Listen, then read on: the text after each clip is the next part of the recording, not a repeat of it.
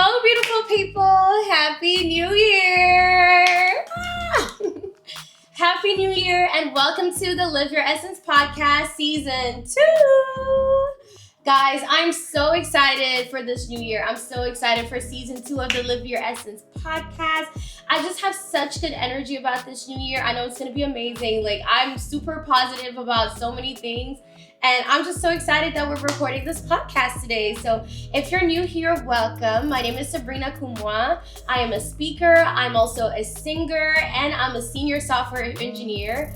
And it's my honor to welcome you to this podcast. So on this podcast, we talk about all things personal development, living your essence. So living your essence really means living the calling of who you are always meant to be. Who did God create you to be? What is your essence? What is your purpose? And how can you make sure that every day of your life, you're showing up as that person, you're living your essence, right? So I'm super excited to be recording season 2 of this podcast.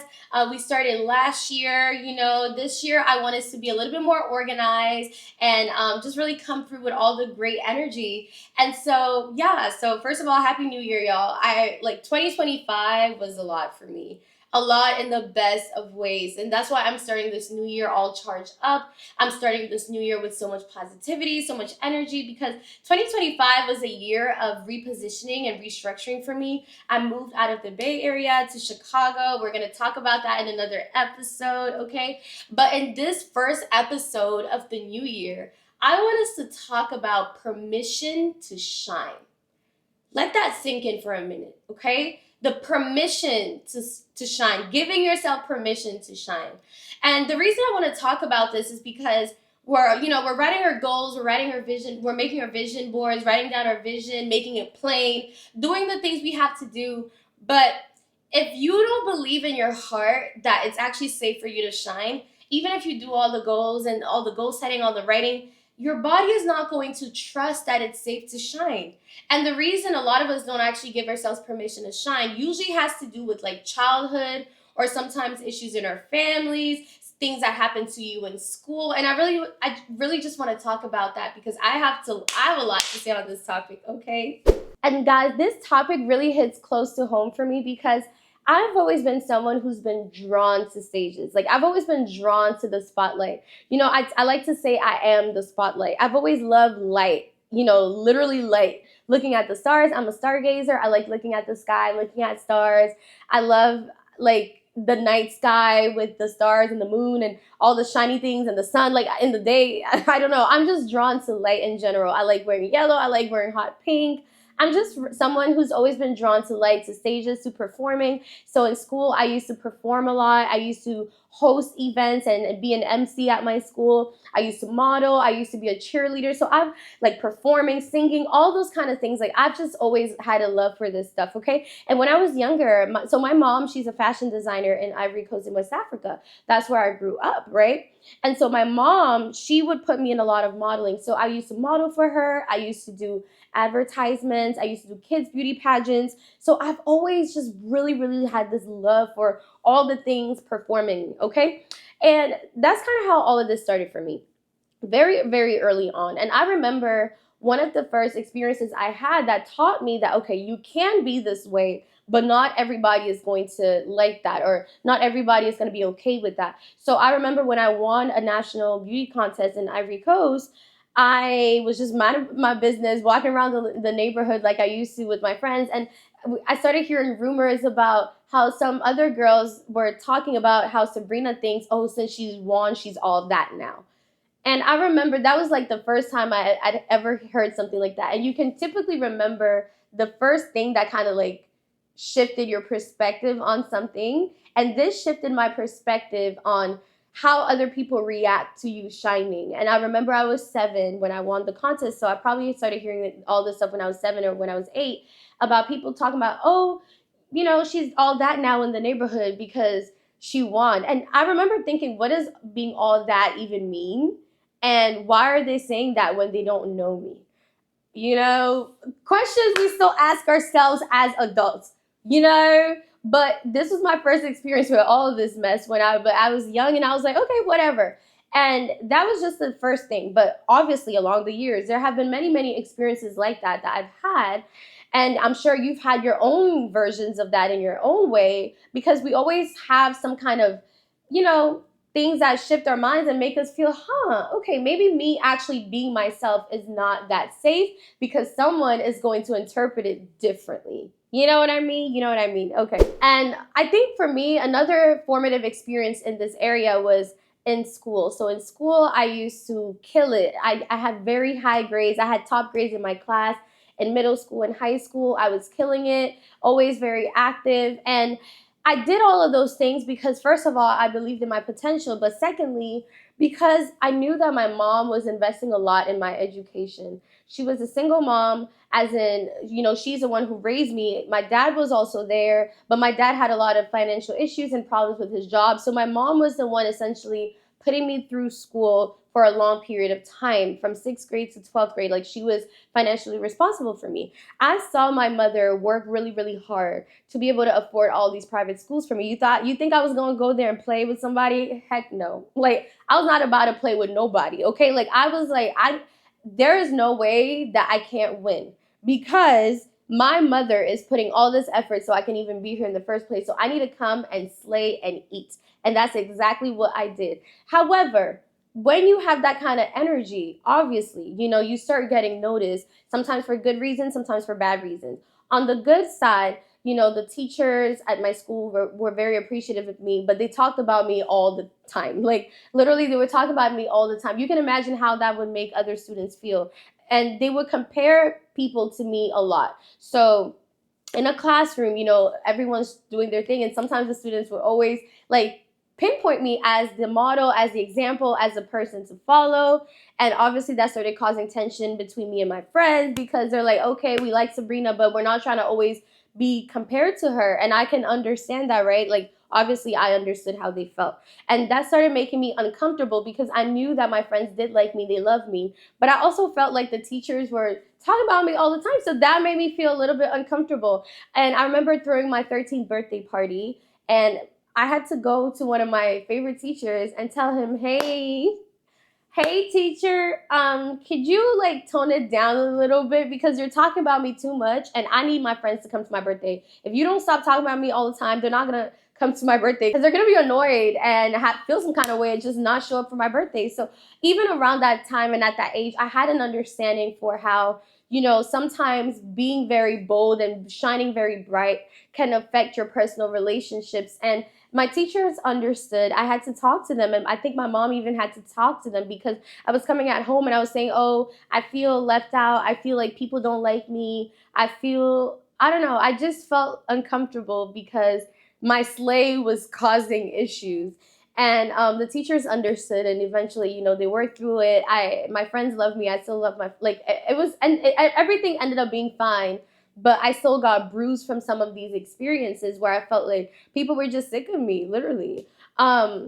And it's crazy. I'm actually having the courage to talk about this on camera, but I'm sharing this because I know that in so many ways, a lot of us have learned to censor our shine, censor our slay. Let me share with another story with y'all. So my mom, she was she is a fashion designer, but she was also a French teacher at the time, and she told me about a story of a girl in her class who came from France. So keep in mind, we lived in Ivory Coast, and this young girl moved from France and into the school that my mom was teaching at, and she was in her class. And the girl had a very French accent, okay? So she sounded quote unquote posh, okay? So she sounded like a little different. And the kids in my mom's class who were Ivorian, they would make fun of her accent, but they would make fun of it because she sounded very fancy and very posh. And in Ivory Coast, when you speak like that, we call you shoko or shokot. So it'd be like ooh ooh. So when she would raise her hand in class, they would make some little they would basically roast her and laugh and do all these type of things. And my mom told me that eventually that little girl, guess what? She stopped raising her hand in class, because she didn't want people roasting her for her cute little accent or whatever was going on, right? So in so many ways, we learned very early on that it is not safe to shine. People are out here on social media telling us, oh, be bold, be bright. But how are you bold when you feel like people are not going to support you? How do you just be bright when you're trying to start something, you're trying to start a business, maybe it's a podcast, maybe you're trying to do things, and you just feel like you're not going to get the support that you need to have because maybe your shine is going to distract or disturb people. How do you do in situations like that, right? Keep listening. And honestly, we have so many ways that this story plays out. We don't have the same story, but it's typically the same underlying theme. Maybe you're a girl who loves doing her hair, loves wearing bold colors. I don't know, maybe you love doing your makeup, and people are always talking about, oh, who does she think she is? Like, who do you think you are? Who do you think you are? Why are you trying to be this? Why are you trying to be that? Maybe you have a talent that you feel like people are not receiving well because I don't know, you're shining too much or you're killing it too much. I don't know. There's so many layers to this. So many layers, y'all. So many things that happen that make us feel embarrassed of owning the light. Like that little girl in my mom's classroom. She was just minding her business, trying to talk, trying to answer a question. But the other kids were making her feel like, she can't even raise her hand in class to speak. Those are the experiences that make us feel like it's not safe to shine. Like it's not safe enough for us to be ourselves. And then we grow up and all of a sudden the world rewards people that are shining, but you're still dealing with the trauma that it's not safe enough for you to own that light. What do you do? This is why we're here. This is why we're talking about this in the beginning of the new year, y'all, because we need to work on this before we even try to go after our goals. This is very important. It's fundamental. Okay, so what do we do? What do we do? Let me tell y'all how this thing started kind of breaking in my life. How I started realizing that, okay, Sabrina, you have a problem and you need to fix it. One time I was talking to my mom and I was telling her about how after high school, when I moved to college, I did high school in Ivory Coast. I moved to college in America, in Virginia. And I was telling her that, when I moved to college for a while, I thought, okay, here you're new, no one knows you, so maybe don't do too much. Like maybe don't do as much as you used to do back home. Like do what you gotta do to get by, but maybe don't be doing too much, Sabrina. So I was telling my mom that this is how I started thinking for a while, subconsciously, because it was never a thing where I sat myself down and we had that conversation, but it was definitely a subconscious thought that I had. And my mom told me something that I will never ever forget. And it's funny because she used to say this all the time, but it just hit a little different that one time when she said it. She said, "On ne cache pas le soleil avec sa main." That's French for you can't hide the sun with your hand. Okay? You cannot hide the sun with your hand even if you wanted to. Because guess what? The sun is going to keep on shining. And when she said that, and then she kept talking, actually, she was like, Sabrina, the crazy thing about you is that you think you can control it. You think that your light is something you can control. Right? So today I want to tell you the same thing that my mom told me. You cannot hide the sun with your hand. If you're meant to shine, if you're meant to be a light, nobody can hide you with their hand, even if they want to, okay? The best they can do is go wear sunglasses. The best they can do is wear sunblock, sunscreen. The best they can do is stay indoors. But nobody can actually stop your light unless you allow them to. Nobody can do that, okay? So the sun doesn't apologize for shining. The sun is not like, oh my God, I'm going to shine so bright today. I'm going to disturb everybody's life. And I should probably not hurt anyone who's like sensitive to the sun. The sun doesn't care. The sun doesn't care, okay? That's not the sun's business. The sun is like, if I'm too bright for you today, you need to go get some sunscreen. Do you know how many sunscreen brands exist simply because the sun said, I do not care about y'all? Exactly. And when my mom said that, it made me realize that, wait a minute, I didn't give myself lights. I didn't give myself these ideas. It comes from God. Your light in your life, it comes from God. You have an assignment, and that's what the enemy doesn't want you to shine, and that's why he's trying to get to your head, telling you about, oh, if you're shining too much, you're not going to have friends, you're going to be alone at the top. Or for women, ambitious, successful women, it's always, oh, especially if you're single, it's like, oh, ambitious women don't get married. Ambitious women stay single too long. A lot of things that make you feel like in order to get the things you want, you're going to have to shrink at some point. If you want to get married or you want love, you can't be too successful. You can't have too much money as a woman. You cannot be doing XYZ. All of that is designed to alter your light and alter your shine. But you didn't give that light to yourself. God gave it to you, meaning he has ultimately the responsibility to make it safe for you to shine.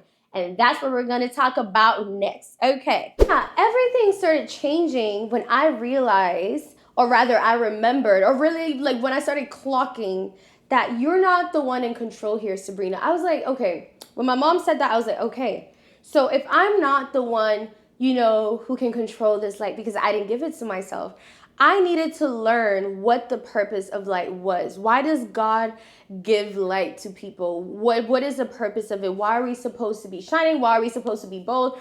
Why does all of this even matter in the first place, right? And so I did so many studies on light, and I'm going to share with you what I learned, okay? The first thing is that in the Bible, light is the very first thing that God calls out, okay? He says, let there be light. This is in Genesis, y'all. As he's creating the world, the first thing he does is let there be light. That tells you that before anything else could happen, God wanted light to be there. Why? Because light allows things to be seen clearly. Clearly, your light brings clarity. When you are confident and you're owning the stage that God puts you on, you allow things to be seen clearly. What are the things that are being seen clearly? There's the things that are seen are that confidence is a good thing. The world has rebranded confidence and self-assuredness as cocky, as, oh, you're doing too much, or what. No, it's a good thing. It's good to feel good in your skin. It's good to actually enjoy who you are. It's good to be out there and not be afraid of things. That's a good thing. It's good to be unique, right? But so many things have made us feel like our light is not safe. It's not good. No, it's good, okay? So the goal of light is to allow things to be seen clearly. When you're shining and you're doing your things, you're teaching other people that all the other limitations that they have aren't real, that we're allowing so many limitations to hold us back, but they're illusions. They're not even real. Okay, so that's the first thing right there. But in the Bible, Jesus also talks about how we don't light a lamp to put it under a bucket or something like that. Like, you don't hide a lamp to hide it. Who like lights a candle and is like, oh, this candle is like beautiful, and then like I love the flicker, but let me just go hide this under the desk. Like, what was the reason? What was the point, right? It doesn't make any sense. When you have a light, you put it on the ceiling, you put it so it can illuminate the place around, right? That's the purpose of light. So the reason God gives you light is because there's an assignment attached to it.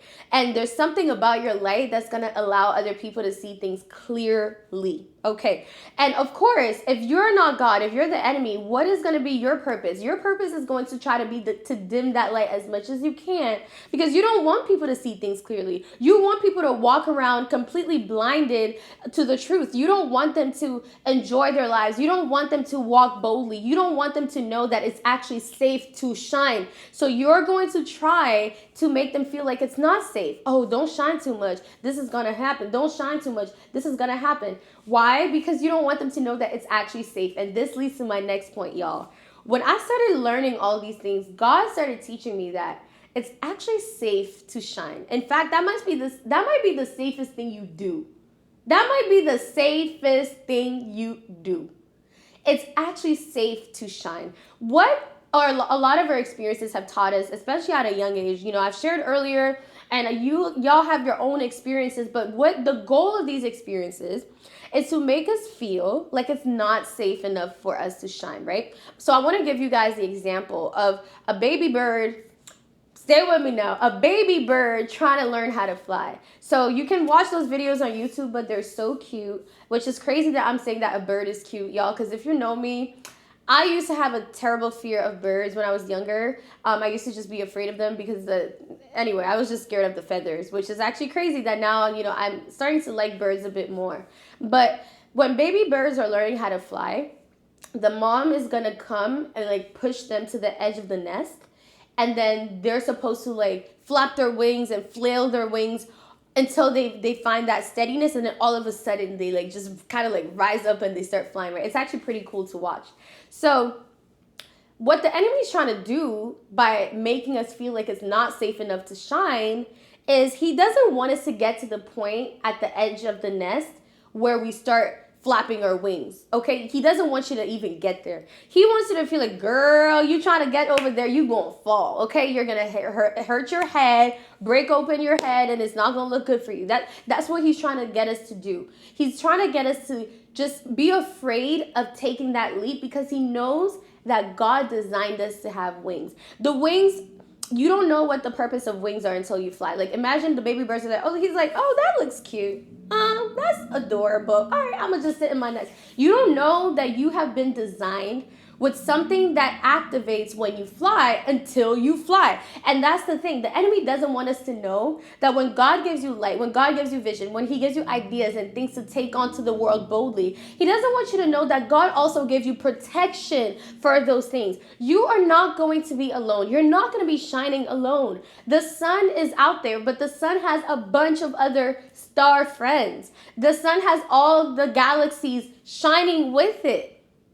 The sun looks alone to us, but the sun has so many friends. So God is actually going to bring people in your life that are going to support your dreams, but the enemy does not want you to know that. He wants you to think that the experiences that have broken you are going to be the only thing you experience, so that you're too afraid to make the steps and start the business and start the venture and put yourself out there. He's afraid that happens, because when you do those things, you quickly discover that God never planned for you to do that alone. And the support is attached to your light. All the gifts and the talents that God gives you, he gives you support and an ecosystem to preserve those things. He will give you the mentors, the wisdom, the understanding, the protection. He will actually protect the light that he gives. Like, God is not wicked. Like, he's not going to be like, here's all this light, and I'm just going to give this to you, and you're going to intimidate everybody, and you're going to be alone for life. Like, that's not his plan, okay? Our brightest light ever, Jesus, he had friends. He had his disciples, So we're not meant to do life alone. And we have to give ourselves permission to shine, knowing that God is going to preserve and protect the light that he gives us. You just got to push yourself to the edge. Maybe right now you're flapping, you're flailing, you're like, oh my God. But trust that God designed your light to be safe. And that voice that tries to humble you comes into your mind. Tell it is safe for me to shine. Tell it it's safe for me to shine. Because the voice is going to try you, okay? This voice of like intimidation, the voice of making you trying to play small, it's going to come. But you tell it is safe for me to shine. God protects my light. God protects my shine. I'm not out here shining alone, being reckless. No. God protects your shine. Okay, so tell the voice that tries to humble you that God is making it safe for you to own your space and to shine in peace, period. God has already given you permission. You need to now give yourself permission. You need to give yourself the permission to own the spotlight, to own your light and say, I'm going to allow myself to be seen. I'm going to allow myself to be perceived. I'm going to allow myself to be loved. I'm going to allow myself to be successful. I'm going to allow myself to be abundant. I want you to start saying that to yourself when you wake up. Allow yourself to feel good. Allow yourself to feel good about yourself. Allow yourself to feel beautiful. Allow yourself to shine. So guys, this is how I'm going to close this podcast today. I just want that to sit in your spirit. And I'm going to pray us off this podcast today, okay? It's my first time doing this, but let's just go. Holy Spirit, God, I want to thank you so much, Lord, for everything that you do in our lives. Thank you for this new year. Thank you for protecting us throughout 2025 and all the previous years.